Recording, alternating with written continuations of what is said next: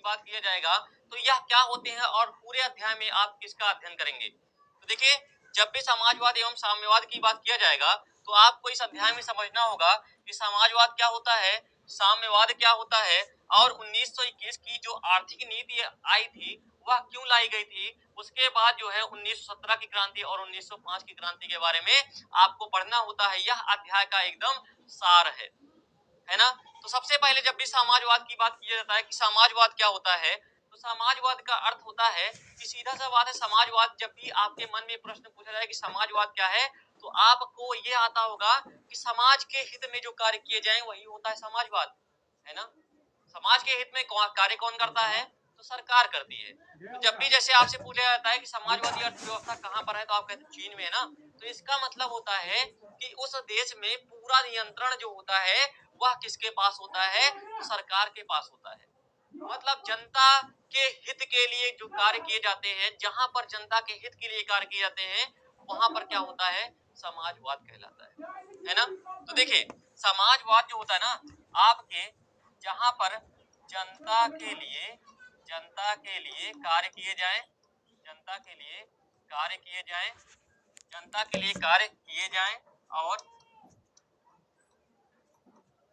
पूरा नियंत्रण और पूरा नियंत्रण किसका हो, सरकार का हो। यही क्या कहलाता है, सरकार का हो। यही क्या कहलाता है, समाजवाद कहलाता है। ठीक है। तो अब आपके सामने बात आ गई, समाजवाद की खत्म हो गया, फिर आप समझेंगे साम्यवाद क्या होता है। साम्यवाद मतलब नम्रता, मतलब जहां पर सरकार के द्वारा यह निर्णय लिया जाए कि ऐसा है, अब पूरा स्वामित्व जो होगा वह किसका होगा, वह होगा जनता का। मतलब जनता स्वयं अपना स्वामित्व दिखाएगी। मतलब जनता जो होगी वह स्वयं क्या होगी, अपनी संपत्ति का मालिक होगा। जो भी क्रियाकलाप होगी जनता उसको करने के लिए स्वतंत्र होगा। मतलब कोई भी कार्य करने के लिए जनता के ऊपर कोई रोक टोक नहीं होगी, जहां पर वह कहलाता है आपका साम्यवाद, है ना। तो जब भी समाजवाद की बात किया जाएगा तो समाजवाद का प्रवर्तक जिसे माना जाता है कार्ल मार्क्स को माना जाता है। इसको भी याद रखिएगा, है ना। कार्ल मार्क्स को माना जाता है।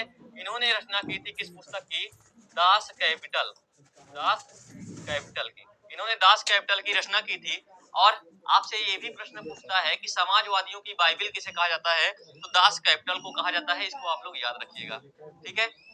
उसके बाद जब भी साम्यवाद की बात आती है तो मैंने अभी बताया आपको साम्यवाद होता क्या है। साम्यवाद का अर्थ होता है जहां पर जनता खुद मालिक हो, जनता किसी भी क्रियाकलाप को कर सकती है, कोई भी उत्पादन कर सकती है। कहने का मतलब है कि जैसे लोकतंत्र में होता है वही चीज कहलाती है, वही क्रियाकलाप कहलाता है क्या, आपका साम्यवाद कहलाता है। फिर उसके बाद आप देखेंगे 1921 की आर्थिक नीति, ये किसने लाया था, लेनिन ने, है ना। तो यहाँ पर आपको साफ साफ देखने को लग रहा होगा कि 1921 है और यहाँ 1917 1905 है। तो पहले हमें 1905 को पढ़ना चाहिए, 1917 को पढ़ना चाहिए। तो हम लोग पहले तीसरे नंबर पर, ये दूसरा पॉइंट था, तीसरे नंबर पर पढ़ लेते हैं रूस की क्रांति को। रूस में दो क्रांतियां हुई थी, एक क्रांति हुई थी 1905 में और दूसरी हुई थी 1917 में, है ना। तो जो 1905 में क्रांति हुई थी, क्यों हुई, तो रूस में जार का मतलब होता है सम्राट। क्या होता है, सम्राट। सम्राट का शासन जो है बहुत भयंकर चल रहा था। भयंकर का मतलब है बहुत दयनीय स्थिति में चल रहा था। सम्राट अपनी जनता के ऊपर पूर्ण नियंत्रण चाहता था और जनता के ऊपर इतनी तरीके से टैक्स लगा रखा था इसने कि जनता का बहुत शोषण हो रहा था, है ना। तो फिर क्या होता है, रूस में यही शोषण देखते देखते क्या एकदम उग्र रूप ले लेता है और पूरी जनता के द्वारा वहां पर 1905 में क्या कर दिया जाता है, विद्रोह कर दिया जाता है। तो पहली क्रांति होती है 1905 में, फिर दूसरी क्रांति होती है 1917 में। यह क्रांति तो दबा दी जाती है। यहाँ पर क्या होता है, विदेशों की मदद लेकर ना, मतलब ये जो जार होता है या क्या करता है, विदेशों की भी मदद लेता है, अन्य देशों की मदद लेकर यहाँ पर जो जितने भी उग्रवादी थे जो कि प्रदर्शन कर रहे थे, इनके प्रदर्शन को दबा दिया जाता है। फिर से 12 वर्षों के बाद यहाँ पर रूस में एक क्रांति होती है 1917 की, जिसे क्या कहते हैं, अक्टूबर की क्रांति के नाम से भी जाना जाता है। किसे, अक्टूबर की क्रांति के नाम से भी जाना जाता है।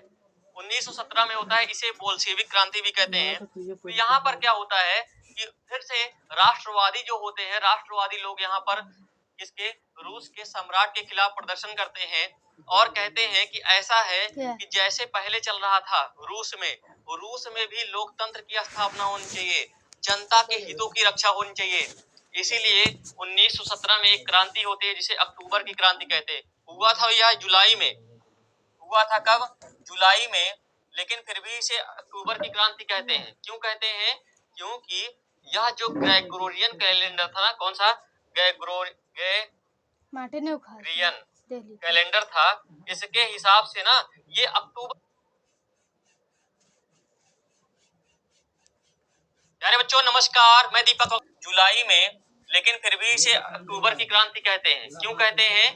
क्योंकि यह जो ग्रेगोरियन कैलेंडर था ना, कौन सा? ग्रेगोरियन कैलेंडर था, इसके हिसाब से ना ये अक्टूबर का महीना चल रहा था। जुलाई में हुआ। फिर से राष्ट्रवादी जो होते हैं, राष्ट्रवादी लोग यहाँ पर किसके?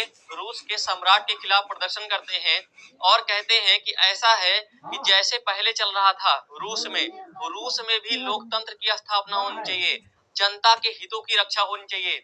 इसीलिए 1917 में एक क्रांति होती है जिसे अक्टूबर की क्रांति कहते हैं। हुआ था यह जुलाई में, हुआ था कब? जुलाई में, लेकिन फिर भी इसे अक्टूबर की क्रांति कहते हैं। क्यों कहते हैं? क्योंकि यह जो ग्रेगोरियन कैलेंडर था ना, कौन सा? ग्रेगोरियन कैलेंडर था, इसके हिसाब से ना ये अक्टूबर का महीना चल रहा था। जुलाई में हुआ था और लेकिन ग्रेगोरियन कैलेंडर की वजह से यह जो है अक्टूबर का महीना लागू था, इसीलिए इसे अक्टूबर की क्रांति कहते हैं। 1917 में अक्टूबर की क्रांति होती है। उसके बाद 1921 में लेनिन के द्वारा, किसके द्वारा? लेनिन के द्वारा जो है एक आर्थिक नीति लाई जाती है ना? एक आर्थिक नीति लाई जाती है। कहां पर? रूस में। ये आर्थिक नीति क्या थी? तो आर्थिक नीति का मतलब है कि अब रूस में जो है एक सुधार होगा। क्या होगा? सुधार होगा। जैसे कि मजदूर जो है, मजदूरों के हितों की रक्षा की जाएगी, किसानों के हितों की रक्षा की जाएगी।